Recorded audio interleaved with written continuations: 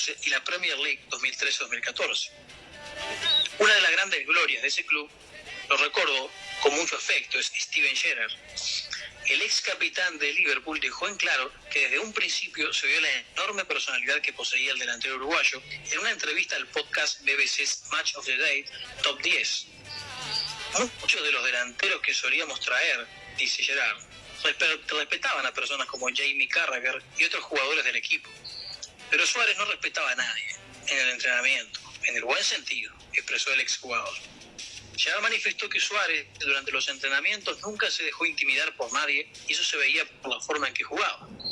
Se les pegaba a los defensores, les mostraba los codos y yo pensaba que eso no era normal para lo que normalmente veíamos en un entrenamiento. Normalmente se veía mucho respeto, pero Luis atravesaría cualquier defensor y los mandaba contra el muro en cualquier momento, aseveró.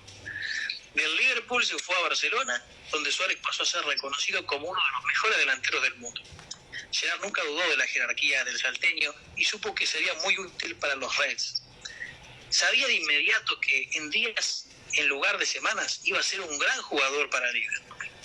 Y bueno, yo no sé si ustedes siguen la carrera de nuestro Luis Suárez, pero él se ha destacado, además de sus cualidades técnicas, por esa fuerza interior y esa desvergüenza, digamos, por decirlo de esa manera, ante cualquier rival, ¿verdad? Tremendo jugador, Tabaré, tremendo, por Dios. Jugadorazo. La verdad que impresionante, temible para tenerlo enfrente, ¿verdad? Por supuesto, una topadora, una máquina. La verdad que sí, Suárez es una topadora. Muchas veces se lo comparó también con Batistuta, en el sentido de quizás un poco el físico un poco más pesado, que los dos tenían físicos fornidos y entraban al área con mucha fuerza. Batistuta un gran goleador, ¿no? Que su récord con Argentina solo se lo sacó Messi, así que ese récord duró durante mucho tiempo y solamente el mejor jugador del mundo actual, que es Messi, fue el que se lo sacó, así que estamos hablando de una gloria del fútbol argentino, ¿verdad? Pero si de glorias estamos hablando, vamos a pasar ahora sí al informe especial que habíamos anunciado, que estábamos preparando. La otra vez habíamos hablado de Severino Varela, que jugó en Boca Juniors y en Peñarol, que le decían la boina fantasma, ¿te acordás, Héctor? Claro, el de la boina blanca. El de la boina blanca, exactamente. Ahora vamos a hablar, y vamos a quedar bien con todas las tribunas, vamos a hablar de Walter Gómez, que Walter Gómez jugó en Nacional de Uruguay, el otro grande, y en River Plate de Argentina, el otro grande de Argentina, eterno rival de Boca Juniors. Vamos a hablar sobre este futbolista que hacía pasar hambre a sus hinchas. Me voy a basar en una nota de Jorge Sabia, un gran periodista de aquí de Uruguay, y vamos a hablar de este gran jugador, ¿verdad? Mientras tanto, está muy bueno recordar esto, porque estamos con el fútbol parado, tanto en Uruguay como en Argentina, y entonces queremos tener el fútbol, queremos sentir la pelota rodando, pero hablar de esto nos hace sentir los mejores momentos del fútbol, ¿verdad? Qué lindo, las emociones, por Dios. Ahí va, exactamente, así es. Te cuento que el 5 de marzo de 2004, un día después del fallecimiento de Walter Gómez, en el acto del sepelio que tuvo lugar en el cementerio de Lomas de Zamora, el entonces dirigente y expresidente de River Plate argentino, Osvaldo Di Carlo, contó una anécdota del futbolista uruguayo que en la década de los 50 había sido ídolo de la hinchada de los Millonarios. Cerró su oratoria diciendo: Walter Gómez es eterno. Más que protocolares, aquellas palabras fueron tocantes, emocionantes, y su perpetuidad, al menos para la historia del club y todas las generaciones de hinchas que vinieron de ahí en adelante, tuvo la misma fuerza real que las palabras de identificación escritas en la lápida del Panteón, donde descansan para siempre los restos del atacante. Walter Gómez fue un jugador extraordinario, a quien cualquier momento es propicio para recordarlo, por sus atributos fantásticos, por su espectacular trayectoria, por la idolatría que despertó en los hinchas de Nacional y en los hinchas de River Plate argentino. También por la respetuosa admiración que generó en los rivales, hasta por situaciones puntuales e incluso polémicas que matizaron su trayectoria, pero que de algún modo tuvieron que ver con la sensacional dimensión que tuvo su figura en el espectro futbolístico de ambas márgenes del Río de la Plata. La anécdota que narró Di Carlo en el cementerio de Lomas de Zamora, por ejemplo, fue muy gráfica. En un partido de 1953 que River Plate jugó contra Chacarita Juniors, el zaguero Marcelino Molinari le pegó tanto a Walter Gómez que al final el uruguayo se cansó, reaccionó y lo expulsaron. Pero cuando 2 días más tarde el entonces centrodelantero millonario fue citado a declarar ante el Tribunal de Disciplina, no dijo ni una palabra. Solo mostró las marcas que le quedaron en las piernas y por ese único testimonio no lo sancionaron. Mostró ahí lo que le había quedado, lo que le había dejado este otro jugador y ya dijeron, no, con eso que tenés ahí, ya la sanción te la sacamos. No quedaba otra.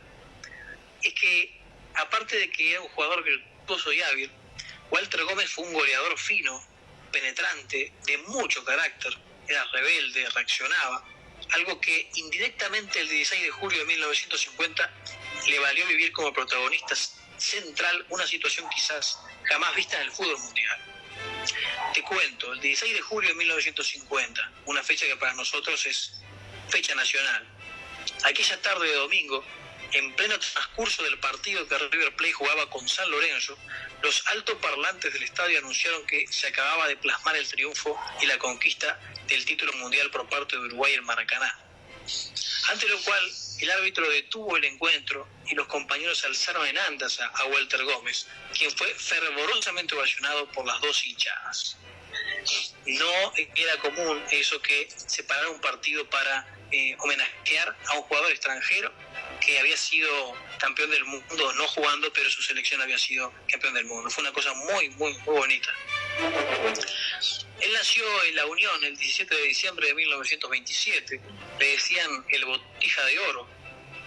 Lo llamaron en el inicio de su carrera, como le pasó también a Maradona, que en el inicio de su carrera le decían el Pibe de Oro. Se formó futbolísticamente en los potreros y canchas de su barrio. La Unión es un barrio aquí de Montevideo, está claro para los que no saben, ¿verdad? A los 11 años tuvo que salir a trabajar para ayudar con el presupuesto de su casa. A los 15 debutó en el equipo principal de Central. En agosto de 1945, con tan solo 17, hizo lo propio en la selección de Uruguay con motivo de un amistoso que los celestes perdieron por 6-2 con Argentina en Buenos Aires. Y a partir de 1946 jugó en Nacional durante 4 temporadas. Jugaba de entrenador a derecho, que hoy sería la posición de volante ofensivo. Integró una gran delantera de Nacional que formaron Luis Ernesto Castro, Walter Gómez, Atilio García, Roberto Porta y Viviano Zapirain. La misma que en 1946 y 1947 resultó el arma clave para que los tricolores se consagraran bicampeones uruguayos. Convirtió más de 100 goles esa delantera. Y además son protagonistas del primer quinquenio del fútbol uruguayo. El quinquenio, o sea, 5 campeonatos nacionales seguidos, que actualmente Peñarol tiene 2 quinquenios y Nacional tiene 1, que justamente es de esa época, pero el primero fue de Nacional y con toda esta delantera impresionante. Ya pasada la mitad de 1949, todo llevaba a pensar que Walter Gómez sería parte de la selección de Uruguay que iría al Mundial de Brasil, porque nunca fue uno más, siempre se trató de un jugador distinto y muy destacado. Así lo percibió en su debut con la Celeste en Buenos Aires el arquero argentino Gabriel Ogando, quien, haciendo caso omiso a la contundente y humillante goleada que se comieron los uruguayos, fue a saludar al debutante para felicitarlo y decirle que tenía un más que promisorio futuro por delante.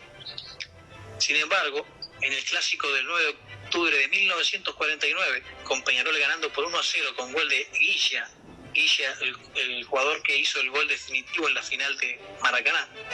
A los 41 minutos el juez Horacio Bocchetti cobró penal para los aurinegros. Lo pateó Óscar Omar Míguez, otro clásico también de la selección uruguaya del 50. Lo atajó a medias Aníbal Paz y tras el rebote Ernesto Patrullero Vidal convirtió el segundo tanto aurinegro y Eusebio Ramón Tejera, zaguero izquierdo tricolor, protestó en forma airada por entender que el autor del gol estaba en posición adelantada. Bocchetti expulsó a Tejera en medio del reclamo colectivo de los jugadores de Nacional. Fue agredido por Walter Gómez y también expulsó al delantero que, como consecuencia, recibió una suspensión de 1 año.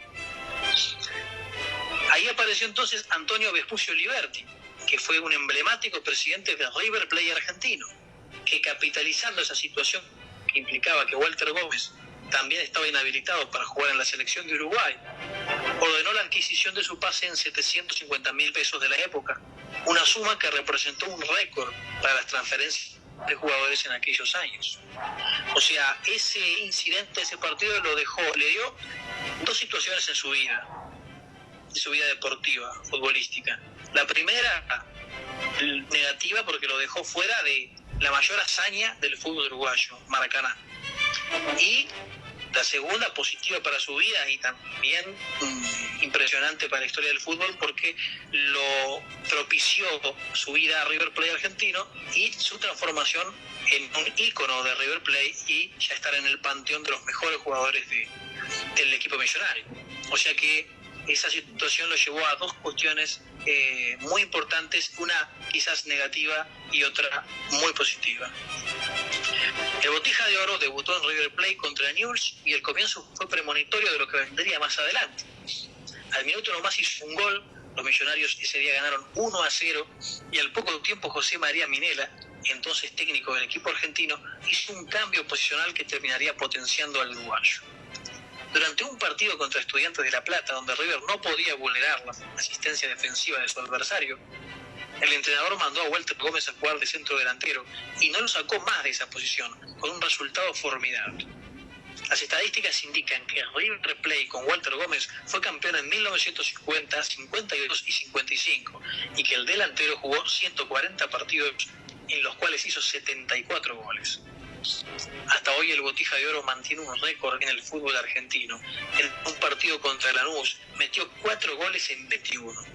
Pero lo que la asepsia de las cifras no puede documentar es la visceral idolatría que el atacante supo ganarse entre los hinchas millonarios. La gente ya no come por ver a Walter Gómez. Fue el estribillo de moda que los multitudinarios coros de la hinchada de River impusieron en sus cantos de tribuna por aquellos años. ¿Y por qué hacía pasar hambre a sus hinchas?